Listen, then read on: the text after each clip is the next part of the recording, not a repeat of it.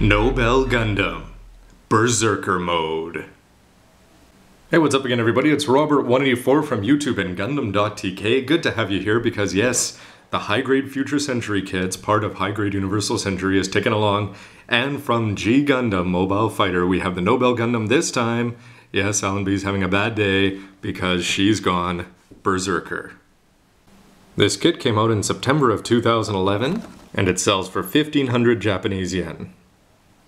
The silver trim indicates that this is from the Another Centuries, even though the numbering system keeps this as part of the Universal Century. Always great to see, and I hope we keep getting a lot more, and there is the full name. Story-wise, if you've seen G Gundam in the second half when they go to Hong Kong for the tournament, Alan B. Beardsley, of course, becomes Domon's perhaps love interest and sparring partner, although rain is going to get in the way. But basically, the original kit was number 119 in high-grade Universal Century, and it also sells for 1,500 yen. I was hoping they'd make this, and it was pretty clear from the plates that they would, but basically, Alan B can get transformed by Neo Sweden, who come across as not too nice in that show, and go into a Berserker mode, and of course this is abused by the villains, and at the end of the day, this is the second model that we're going to get ever of the Nobel, and hopefully it bodes well for us getting a few other grades.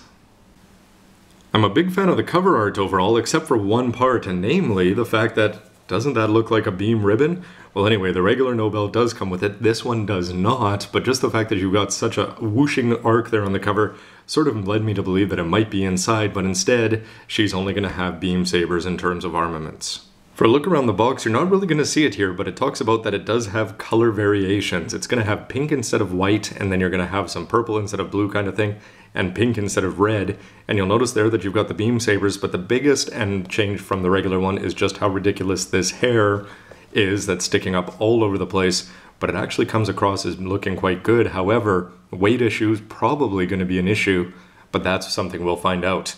Now in the anime, Argo, when he lost to Alan B, he said to Domon, you've got to be careful. When they ended up facing each other, God versus Nobel Gundam, this is a scene that I look forward to recreating with these kits. You've got a whole bunch of stuff about it there. You'll see the stats that it's not a very tall Gundam, only 16.2 meters, fairly light. And yes, it's made by Sweden, those terrible people in the G Gundam universe.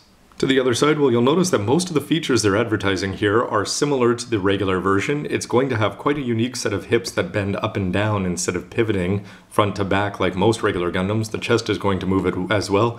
The head is able to move. I wonder if that's going to be a good thing with the weight on the back of it. But in the back, you do have a variation here. These thrusters pop out of the back and they are movable. You do get a display stand, which is great because then you can get all sorts of cool launching forward poses. It's really going to show off the hair. And the hair actually has two different settings, and it's good to see that it's not just a flat braid, but you're actually going to be getting two pieces, two layers it looks like. And the fact that it's made out of 5 parts, impressive. The same hands that you're going to get with the regular ones, including the V for victory, or just why not throw it into every picture. And yes, that is a very cute looking Gundam as it stands, on its tippy toes, with its V pose there, high heels, and those are beam swords, not beam sabers. And a little bit more information, but it's going to be shown off, something that I like to see here. You can buy the HGFC God Gundam here, and you can actually use this display stand not just for one Gundam, but you can have them facing off against each other. When you crack open this box for the Nobel Gundam, the first thing you're going to notice is that it doesn't close well. And I figured that that's because of the large set of hair you're going to get under there. Here on the A-plate, you've got 4 different colors and some beam sabers. The big orange hair, you're going to be getting a clear double action base there. You're going to get some gray inner frame-ish parts, and it's not white, it's pink, along with a manual in the bottom. To the A-plate, where the most impressive thing about it is just its colors. I don't know how well this comes across on camera here, but this isn't yellow, this is very, very orange, and these red parts are now bubblegum pink. Just think of Katy Perry's hair sometimes. These blue parts down at the bottom have become a very nice purple with just a little bit of gloss to them, and the hands just seem to have perhaps a little bit more gloss than the regular non-Berserker mode. The B-plate as well may come across looking as white, but this is actually a very, very light shade of pink, and so all the white parts on the body, especially in the legs and limbs, are going to have a little bit of color that hopefully is going to go well with that bubblegum pink and look pretty different from the regular mode. The C1 and C2 plates are ABS plastic, and they do look ever so slightly different in color than the ones on the A plate, although again, that may just be the poor lighting. Now you'll notice that the A-plate did not have a lot of orange or yellow hair on that, but that's more than made up for the fact that you're going to get this big, fancy D-plate. My only complaint being, when you look at just how large that is, it doesn't fit properly in the box, and that's going to cause some problems. If these were stacked on top of each other, I'd imagine that there would be quite a few that got crushed. But anyway, you're going to be getting pretty impressive looking hair. It's split here and here, two different pieces. You're going to have a third with these little extra parts on there. And I think that you're going to be able to get a very unique look for this Gundam, all thanks to the fact that they made a good, proper variant plate.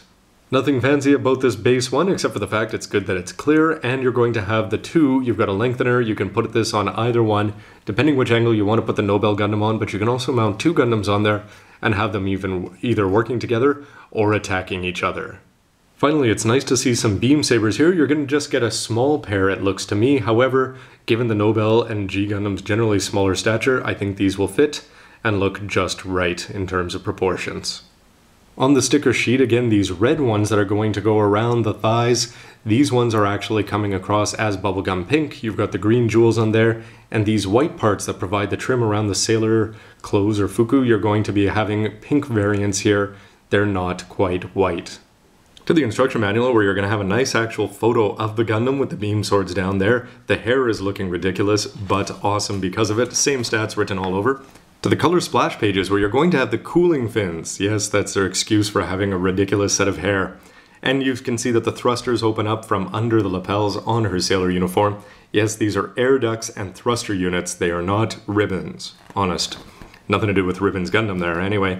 And you're going to have the hair in really nice pose. It's great to see these kind of things. The beam swords look great. Some scenes from the anime itself where the hair really has a red effect, and that's something I'm a little bit disappointed. This comes across as very pink, or white mostly, when you're looking at it. In the anime it was a little bit more red, and so I was hoping for more of a Trans Am color, but we'll have to see how it actually looks when you put it together. Information about the pilot, Alan B. Beardsley. Some people may have preferred her with Domo. Whatever, but what you have here is the impressive part for me. Using this display stand, you can have her facing off as you saw in the box, but the one I like even better is that you can actually have this transformation scene where you can put the regular Nobel Gundam with the ribbon, and you have the Berserker mode down below with the hair thrusting back in the beam swords, and I think that's a really cool contrast and something that I'd like to try. High Grade Future Century is moving on and doing very well. It's hard to believe already how big a deal this was when this came out and broke up the HGFC monopoly. But you've got the God Gundam number 110. This, the Nobel was 119. It came with the extra hands for Domon, so does this. And then 128 and 127, Master Gundam on Fuunsaiki, and the Shining Gundam. Whether we're going to be getting the Rising Gundam or their allies remains to be seen, but certainly something I do want to see in the future. To the insides with an A, B, C1, C2, and the big hair on the D-plate with the beam swords and the display case. It's only 40 parts to replace parts here. It's a pretty small model in general. Build the head, the chest, the arms, the legs, put it all together. You're going to have some actual information on how to transform the hair. Hopefully that works out well. How you put the beam swords in, yes, that's difficult, and how to mount it. It does have a custom mount for the display stand. To the back page with poses we've already seen more or less. Yes, the hair can move, some more information, and the painting guide, where they are saying white with just a little bit of red is how you actually do this, and then this is clear red with some clear blue, just 5%. Interesting way, and then this is more orange than yellow, that's for sure.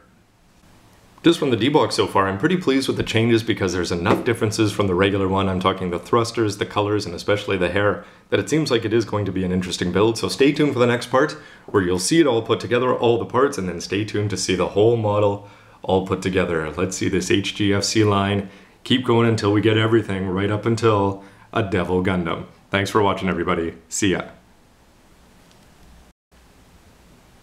Why do I get the feeling that I want to do a really bad Wolverine impression every time I see this?